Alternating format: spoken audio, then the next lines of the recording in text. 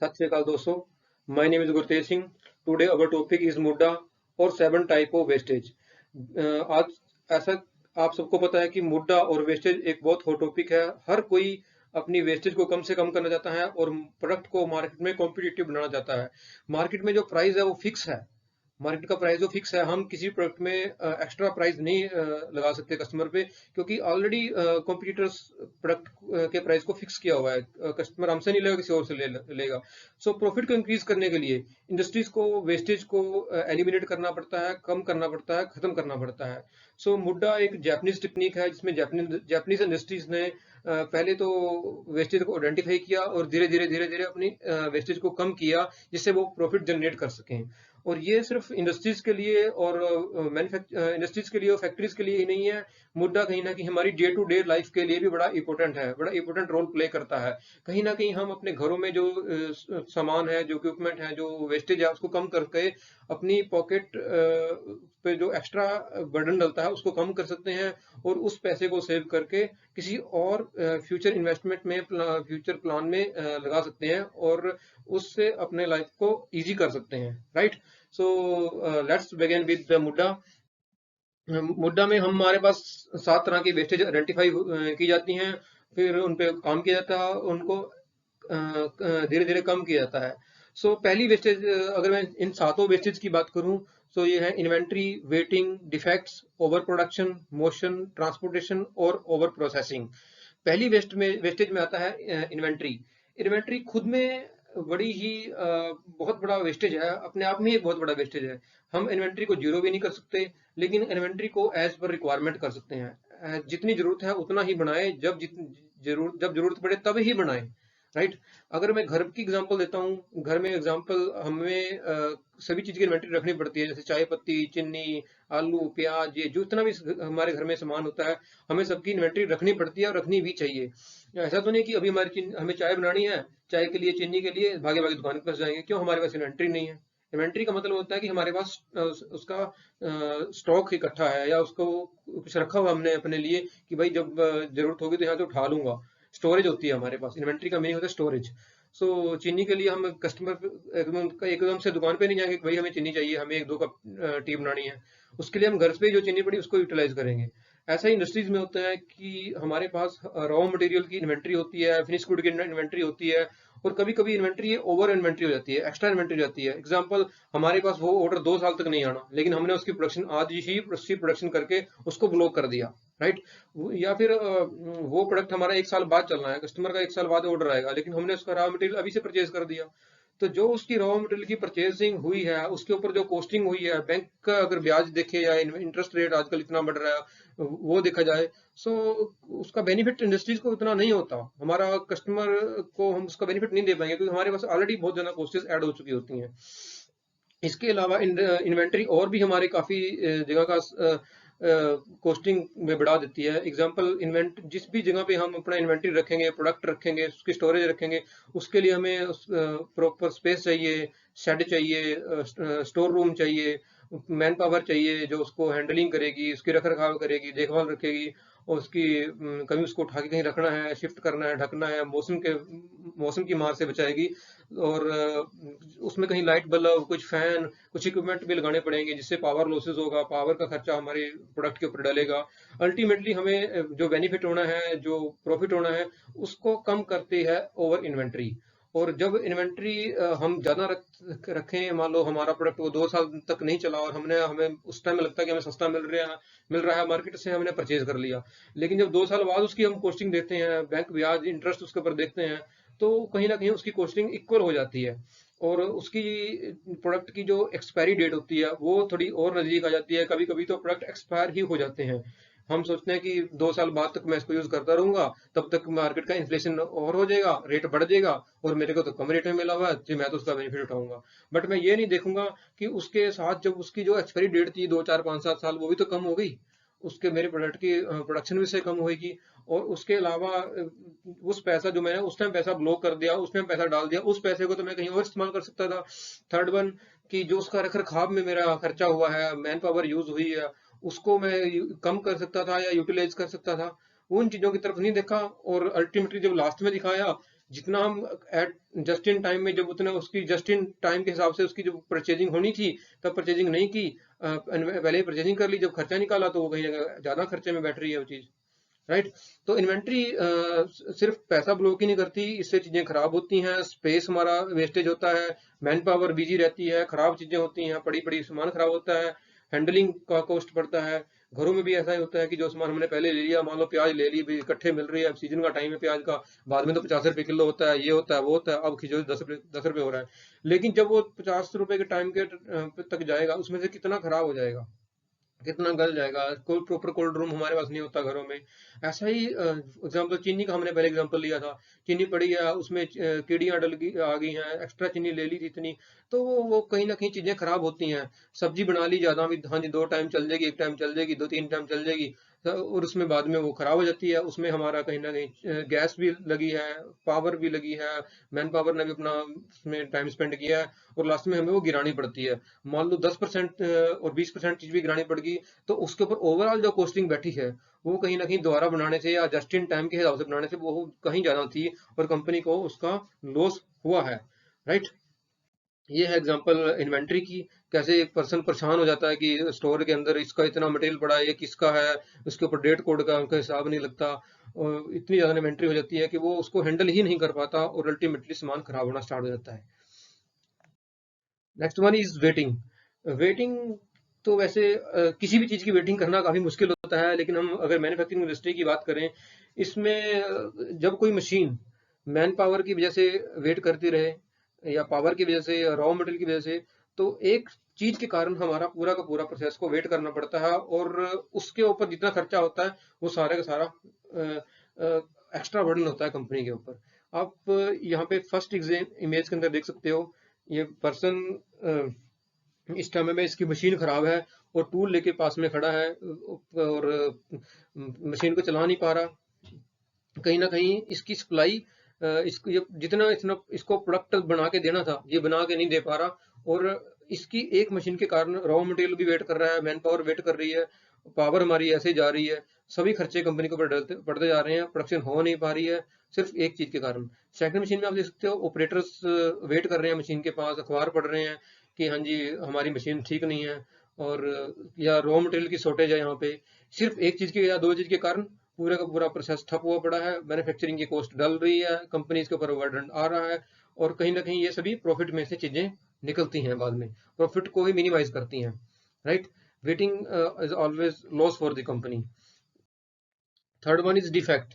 Defect तो खुद में ही मतलब वेस्टेज ही है। इस डिफेक्ट जनरेट करते समय मशीन हमारा यूज हुआ है, पावर यूज हुई है, मैन पावर यूज हुई है, और रॉ मटेरियल कंज्यूम हुआ है, हमने सभी काम किया ढंग से किया, इंफ्रास्ट्रक्चर यूज हुआ सारा, लेकिन प्रोडक्ट क्या बना, डिफेक्ट बने हैं। कस्टमर डिफेक्ट के लिए आपको पे नहीं करेगा, कस्टमर को गुड प्रोडक्ट चाहिए। हाँ, एक बार आप गलती से या धोखे से कस्टमर को डिफेक्टिव प्रोडक्ट बेच सकते हो, लेकिन वो दोबारा आपके पास कभी नहीं आएगा, 10 बंदों को और गाइड करेगा, भाई इस कस्टमर कंपनी से मत लेना। ये देखो, ये एक एग्जांपल है चेन का, किसी मैन्युफैक्चरिंग यूनिट ने चेन बनाई है, सारी की सारी चेन अच्छी है, लेकिन एक जगह से चेन ब्रेक हो गई। अब एक पीस डिफेक्टिव बना, नहीं किसी ने देखा, इसकी वजह से पूरी की पूरी चेन रिजेक्ट होएगी, कस्टमर पे नहीं करेगा, अगर पे करेगा तो दोबारा सेकंड टाइम नहीं आएगा। कस्टमर अंधा तो है नहीं कि वो ऐसे आपसे परचेज करता रहेगा, बट आपने अपनी एनर्जी, रिसोर्सेज सब कुछ लगाया, स्किल लगाए हैं, इंफ्रास्ट्रक्चर लगाया, सारी की सारी कॉस्ट डंप हो गई यहाँ पे, क्योंकि उसका आपका कोई यूज नहीं, कल को वो किसी काम नहीं आने वाली। ठीक। थर्ड वन है जी ओवर ओवर प्रोडक्शन। ये दल्लू लाल कचौड़ी वाले देखो, यहाँ पे लगे पड़े हैं, बर्गर के ढेर लगा दिए इन्होंने, इतना बना दिया कि हाँ बिक जाएगा बिक जाएगा बिक जाएगा, या फिर कस्टमर मेरे पास आता है मैं पहले बना लूं, मैं बाद में बेचता रहूंगा। इसने तो खुशी खुशी बना दिया, लेकिन क्या ये प्रोडक्ट जो इसने बनाया है उसकी एक्सपायरी डेट कितनी है, क्या ये 2 दिन 4 दिन चल पाएगा, क्या इसके पास इतने कस्टमर है जिसने इसने बना दिया। अब लल्लू लाल जी तो को पता है कि वो बनाने में तो एक्सपर्ट है, क्या बेचने में एक्सपर्ट है। जितनी आपको आगे डिमांड है उतना ही बनाएं, उतनी ही प्रोडक्शन करें, और जब जरूरत हो तभी बनाएं। एक्स्ट्रा प्रोडक्शन करने से कंपनी को इतना लॉस होता है, इतना लॉस होता है कि रॉ मटेरियल कंज्यूम हो गया, आपका पावर लॉस, पावर कंज्यूम हुआ उसके अंदर, मैन पावर आपका एक्स्ट्रा लगा है, या जितना आपका एग्जिस्टिंग है उसको भी आप कम कर सकते थे और कहीं यूज कर सकते थे, बेटर क्वालिटी में यूज कर सकते थे, बट आपने उस टाइम पे प्रोडक्शन की ओर ध्यान दिया, ओनली प्रोडक्शन की ओर ध्यान दिया, सेल्स की ओर कोई ध्यान नहीं दिया, सेल्स की ओर को पुश नहीं किया, सेल के हिसाब से प्रोडक्शन नहीं किया, और बाद में मार्केट में उस प्रोडक्ट की हो सकता है डिमांड ही नहीं रही, हो सकता है वो आपका प्रोडक्ट एक्सपायरी हो जाए बड़ी जल्दी, हो सकता है कस्टमर की डिमांड चेंज हो जाए, कस्टमर थोड़ा मॉडिफाई चाहने लगे। बट ये ओवर प्रोडक्शन प्रोडक्शन बनाते टाइम तो बंदों को नहीं लगता कि हमने ज्यादा बना दिया, उस टाइम तो लगता है बड़ा अच्छा प्रोडक्शन हो रहा है, बढ़ता जा रहा है, चलता जा रहा है, लेकिन क्या आगे सप्लाई है? मैनेजमेंट की ये ड्यूटी बनती है कि जितने वो सप्लाई चेन को, मतलब सेल्स को और प्रोडक्शन को बैलेंस करके चले, जितनी डिमांड मार्केट में हो उतने ही प्रोडक्शन टीम को दिया जाए, ताकि प्रोडक्शन टीम उसके हिसाब से ही बनाए, एक्स्ट्रा अपने आप से प्रोडक्शन ना करे कि मैं कल को बना के रख लेता हूँ, कल को मेरा काम आ जाएगा। अब फॉर एग्जांपल इसने बर्गर बनाया, आलू टिक्की का वाला बर्गर है ऐसा मान के हम चलते हैं, इसमें आलू सारा इसने बर्गर में कंज्यूम कर लिया, लेकिन कल को उसी शॉप के ऊपर आलू को पराठे की डिमांड आ गई, तो ये कहाँ से बना पाएगा? आलू को तो उसने यूज कर लिया आलू टिक्की वाले बर्गर में, तो अभी कहाँ से कस्टमर को देगा सप्लाई? और इनकी मंथली परचेजिंग की एक लिमिट होती है कि इतने परचेज से हम ऊपर परचेज नहीं कर सकते, नेक्स्ट मंथ में हमने परचेजिंग करनी है, तो अभी ये क्या करेगा लल्लू लाल? लल्लू लाल तो उस टाइम कुछ नहीं कर सकता ना, वो तो हाथ पे हाथ रख के बैठेगा। ऐसा ओवर प्रोडक्शन उस समय मौके पे नहीं पता चलता कि नुकसानदायक है, लेकिन इसके इम्पैक्ट काफी हाई हैं, और ये बाकी चीजों को बढ़ावा देता है। अगर ओवर प्रोडक्शन कर दी, इन्वेंट्री को बढ़ावा दे देगा, ये ओवर प्रोडक्शन कर दी, माल पड़ा पड़ा खराब होगा, डिफेक्ट्स को, रिजेक्शन को बढ़ावा देगा, रीवर्क को बढ़ावा देगा, दोबारा काम करना पड़ेगा। ओवर प्रोडक्शन खुद में एक जननी है बाकी डिफेक्ट्स की, बाकी वेस्टेज की, right. Third one is motion. Motion देखने में तो छोटा लगता है कि मोशन का छोटा वेस्टेज है, लेकिन अपने आप में बहुत बड़ा वेस्टेज है। एग्जांपल, हम फर्स्ट एग्जांपल में देखते हैं, इस वर्कर को यहाँ से मटेरियल उठा के यहाँ डालना है, येलो वाला मटेरियल है और बाहर वाली इसकी पैकिंग है, मटेरियल इसमें डालना है बॉक्स में, बॉक्स को चेंज करना है या पैकिंग बड़ी करने जा रहा है यहाँ पे ये, और बॉक्स को दूसरी ट्रॉली पे रख रहा है, लेकिन इसका डिस्टेंस देखिए अब, आई थिंक ये मोर देन 5 फीट का ज्यादा डिस्टेंस है, इसने इतनी दूर ट्रॉली खड़ी कर ली और वो ट्रॉली इतनी दूर खड़ी कर ली, यहाँ से यहाँ डालने आता है, फिर यहाँ से वहां जाता है, फिर वहां जाता है, वहां से कुछ उठाता है। तो जितना ये मूव कर रहा है, मान लो इसको काम कंप्लीट करने में 5 मिनट या 10 मिनट लगने चाहिए थे, बट इसकी मोशन की वजह से इसका कहीं ना कहीं प्रोडक्शन या इसका जो काम हो रहा है वो डिले हो रहा है, एक्स्ट्रा काम, इसको एक्स्ट्रा मैन पावर की जरूरत पड़ेगी, और जितना बार घूमने के वजह से ये थक जाएगा, थकने की वजह से कोई प्रोडक्ट नीचे भी गिर सकता है, और प्रोडक्ट कितना कॉस्टली होगा और इसके नीचे गिरने से कितनी कंपनी के ऊपर कितना कॉस्ट का इम्पैक्ट डलेगा।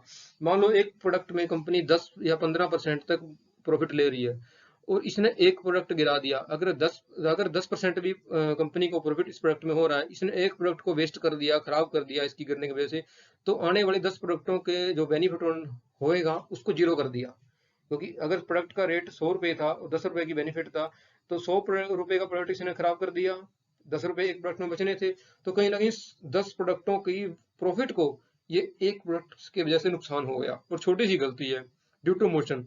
ऑपरेट इस पर्सन का भी कोई गलती नहीं है, क्योंकि ये भी इतनी जल्दी जल्दी रख रहा है, जा रहा है, थक जाएगा, थकेगा तो कभी ना कभी सामान खराब भी करेगा। अगर मैनेजमेंट या जो लीन मैन्युफैक्चरिंग टीम है इस ऑपरेटर को गाइड करे, भाई तो यहाँ से यहाँ खड़ा कर ले, इस ट्रॉली को पास ले आए, ताकि आपकी मूवमेंट कम हो जाए, प्रोडक्ट यहाँ से दर से नीचे गिरेगा, तो ये थकेगा भी कम, और इससे थकेगा भी कम, और मटेरियल भी खराब नहीं होगा। इससे नेक्स्ट लेवल क्या जा सकता है, जिस लेवल से ये उठा रहा है उसी लेवल पे इस बॉक्स को यहाँ रखे, ताकि इसको बार बार झुकना ना पड़े। अब देखो ये झुक रहा है, बार बार झुकेगा, ऊपर से उठाएगा नीचे झुकेगा, इसकी कमर पे दर्द होगा, कल कोई लॉन्ग टर्म के लिए काम नहीं कर पाएगा, सस्टेन नहीं हो पाएगा कंपनी के लिए, राइट। तो अगर इस प्रोडक्ट भारी है तो कंपनी इसके लिए कोई क्रेन वगैरह यूज कर सकती है, ऐसा ही इसी इमेज में हुआ है, यहाँ से प्रोडक्ट उठाता है, वहां रखता है, वहां से उठाता है, वहां रखता है, एक सर्कल में घूमे जा रहा है, घूमे जा रहा है, कंफ्यूज है, इधर भी देख रहा है, उधर भी देख रहा है, कल को गिराएगा, सामान तोड़ेगा। मोशन का लॉसेस यहाँ भी है, वहां भी है, यहाँ इस इमेज में मोशन का लॉसेस साफ नजर आ रहा है। सो जब हम किसी काम को कर रहे हैं, मोशन के लॉसेस को की तरफ भी हमने ध्यान देना है, और ताकि हम उस प्रोडक्ट की प्रोडक्टिविटी ज्यादा से ज्यादा निकाल सकें, अगर हमने मोशन मोशन लॉस को आइडेंटिफाई कर लिया, right. Next one is transportation. Transportation आज की डेट में तो ट्रांसपोर्टेशन बहुत बड़ी प्रॉब्लम भी है, वेस्टेज भी है, और नॉट ओनली वेस्टेज, ट्रांसपोर्टेशन के कारण तो इन्वायरमेंटल इम्पैक्ट भी काफी ज्यादा है, क्योंकि हम कहीं ना कहीं फ्यूल यूज करते हैं, और फ्यूल की वजह से जो गैसेस निकलती हैं वो बहुत ज्यादा नुकसानदायक हैं। और ट्रांसपोर्टेशन में कंपनीज का कभी कभी स्ट्रक्चर कैसा होता है कि रॉ मटेरियल स्टोरेज काफ़ी दूर है। रॉ मटेरियल को उठाने के लिए प्रोडक्शन लाइन के पास लेके आने में ही कंपनी को काफ़ी मतलब 1 रुपये 2 रुपये एक्स्ट्रा कॉस्ट में ऐड हो जाता है। तो कहाँ से वो पूरा करेगी इतनी बड़ी कॉस्ट को। और कुछ कंपनी का तो स्ट्रक्चर ऐसा होता है, देखो प्रोडक्शन लाइन कैसी होनी चाहिए, जिस साइड से हमारा प्रोडक्शन स्टार्ट होनी चाहिए स्टोर उस तरफ होना चाहिए। बट कुछ इंडस्ट्रीज जो स्मॉल स्केल इंडस्ट्रीज हैं वो प्लान के साथ प्रोडक्शन को नहीं करते, स्टोर को जो रॉ मटेरियल स्टोरेज है, रॉ मटेरियल वेयर हाउस है, उसको फिनिश गुड की तरफ बना दिया और फिनिश गुड को जहां से प्रोसेस स्टार्ट होना वहां की तरफ बना दिया। पहले रॉ मटेरियल को उठा के मशीन की तरफ उस तरफ लेके जा रहे हैं जहां से प्रोडक्शन स्टार्ट होनी है। जब फिनिश गुड बनता बनता फिनिशिंग लाइन के पास एंड में पहुंचा, वहां से उसे दूसरी साइड में लेके जा रहे हैं। तो फिर उसके लिए ट्रॉली यूज करेंगे या फोर्कलिफ्टर या कुछ भी जैक यूज करेंगे, उसमें जो एनर्जी का मैन पावर वेस्ट होगा, या मटेरियल को एक जगह से दूसरी जगह शिफ्ट करने में जो उनका कॉस्टिंग ऐड होगी, मटेरियल की कहीं ना कहीं मूवमेंट में प्रॉब्लम भी आती है। जब मूवमेंट मटेरियल को मूव करेंगे एक जगह से दूसरी जगह मूव करेंगे तो प्रोडक्ट हमारा खराब भी हो सकता है, टूट भी सकता है, ये लॉस भी इसमें ऐड होता है। सो ट्रांसपोर्टेशन में की वजह से डिफेक्ट भी ज़्यादा जनरेट होने के चांसेस बने रहते हैं। ठीक, इसको भी कम से कम करने की चीज़ों को हमें कम से कम मूव करना पड़े। हमारी जो प्रोसेस है, प्रोसेस नंबर 1 2 3 वो इंटरलिंक हो, एक दूसरे के साथ साथ हो, और रॉ मटेरियल से जब प्रोसेस नंबर फर्स्ट पे आना है तो उसका डिस्टेंस कम से कम हो। ये काम कहीं ना कहीं पहले तो मैनेजमेंट का है, उसके बाद जब इंटरनल स्टोरेज भी होती है डिपार्टमेंट के अंदर, रॉ मटेरियल को जिस मशीन के पास हमने उसको मूव कराना है, प्रोसेस करना है, उस मशीन के पास ही रखा जाए। हम घर में भी ये चीज़ें देखते हैं कि कोई सामान हमारा मान लो इस रूम में होना चाहिए, हमें वहीं यूज करना है, लेकिन वो दूसरे रूम में पड़ा रहता है, उसको उठाने बार बार जाते हैं, उठा के लेके आते हैं तो तब खराब होता है, टूटता है। या कोई ऐसा किचन का सामान है जो घर में होना चाहिए लेकिन वो छत पे पड़ा है, उसको उठा के लगा रहे हैं, आते टाइम वो सीढ़ी से गिर रहा है, टूट रहा है। तो लॉसेज कहीं ना कहीं इसमें बढ़ते चले जाते हैं। हमारी कॉस्ट में ये इम्पैक्ट बाद में करता है, कॉस्टिंग में बढ़ते चला जाता है कॉस्टिंग, और प्रॉफिट अल्टीमेटली लास्ट में इससे प्रॉफिट ही कम होता है। Right. Next one is over processing. Over processing अपने आप में बहुत बड़ी वेस्टेज है। देखो, कस्टमर की डिमांड के अकॉर्डिंग ही हमें प्रोसेसिंग करनी चाहिए। कस्टमर मांगता है सी ग्रेड का प्रोडक्ट, उसके लिए इतना इंपॉर्टेंट नहीं है वो प्रोडक्ट, और वो सी ग्रेड का प्रोडक्ट बनाता है। बट हमें क्या लगता है कि हम तो भाई ए ग्रेड का बनाते हैं, हम ए ग्रेड का बना सकते हैं, हम उसको ए ग्रेड के हिसाब से बना के देंगे, और उसकी डिमांड सी ग्रेड की है। फिर अगर ए ग्रेड का बनाएंगे उसके ऊपर कॉस्टिंग ए ग्रेड की लगाएंगे, उसका रेट ए ग्रेड का लगाएंगे, तो वो उसकी डिमांड ही नहीं है, उतना उसने पैसा ही खर्च नहीं करना है, या उसको अगर ऑप्शन नहीं है तो वो खरीद लेगा आज, नहीं तो कल आपको छोड़ेगा क्योंकि आपकी कॉस्टिंग ज्यादा है। अब एक एग्जांपल आप देख सकते हो पिक्चर में, ये एक स्पेनर है। स्पेनर को रखने के लिए इस कंपनी ने कितना अच्छा बॉक्स बनाया, क्या इसकी जरूरत थी? वो हल्के बॉक्स में भी रख सकता है, एक पॉलीथीन में टाइप में भी डाल सकता है जिससे वो खराब ना हो जैसे स्पेनर, लेकिन वो कहीं टच ना हो, लेकिन वो सही सलामत रहे। इतने की स्पेंदर नहीं है जितना इसने इसमें इसके स्टोरेज में खर्चा कर दिया। ये ओवर प्रोसेसिंग ही हुई यहाँ पे। प्रोडक्ट की डिमांड स्टोरेज की ऐसी नहीं थी, लेकिन स्टोरेज के लिए इतना बड़ा एक्सपेंडिचर या इतना बड़ा इन्वेस्टमेंट कर दिया, कस्टमर को इसकी जरूरत ही कहाँ है। सो अपना प्रोसेस कस्टमर की और जरूरत के हिसाब से ही हमें प्रोड्यूस करना चाहिए। ओवर प्रोसेसिंग नहीं करनी चाहिए, जितनी डिमांड हो उतना ही सप्लाई करना चाहिए। राइट। Thank you दोस्तों for your support, and you have spent your time to watch this video। और इसमें आपके कुछ डाउट्स भी होंगे तो आप मेरे को कमेंट में डाल सकते हैं, और मेरे को सपोर्ट कर सकते हैं, मेरे को बता सकते हैं, मेरे को गाइड कर सकते हैं कि हम किस तरह का कंटेंट हमें डालना चाहिए, किस तरह का और हम इसमें इम्प्रूवमेंट कर सकते हैं। और आपका जो टॉपिक हो, जो आप चाहते हो कि हम मैं उस टॉपिक पे वीडियो बनाऊं, और उसमें तो आप मेरे को कमेंट में डाल सकते हैं ताकि हम नेक्स्ट वीडियो आपके कमेंट के हिसाब से लेके आए। ओके, धन्यवाद, सत श्री अकाल।